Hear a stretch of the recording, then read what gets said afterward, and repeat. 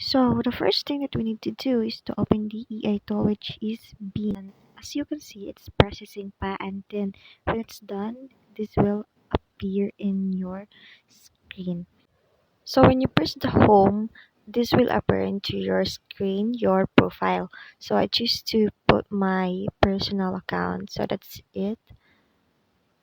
You need to sign in if you're not have an account, and then sign out if you need to change your account. So sa ibaba guys, there are many options na pwede niyong pagpipilian. So there's a news, trending, games, math, translator, money, and just like Canva guys, Bing also can create an image and so on.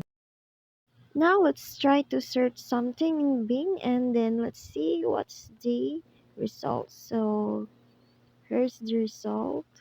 As you can see, there's in information of the five themes of geography, and when you scroll down, you can see in many information about the about what you've searched.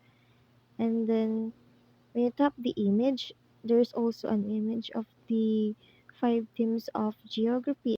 And also, Bing will provide any videos of what you've searched.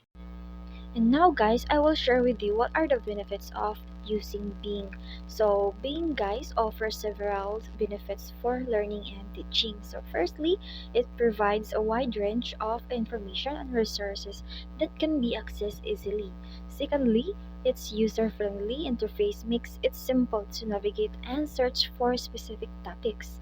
And lastly, Bing offers diverse search results including images and videos like what I've showed you earlier, which can enhance the learning experience and help in teaching various subjects effectively. So that's all. I hope you've learned something new about Bing, and thank you for watching.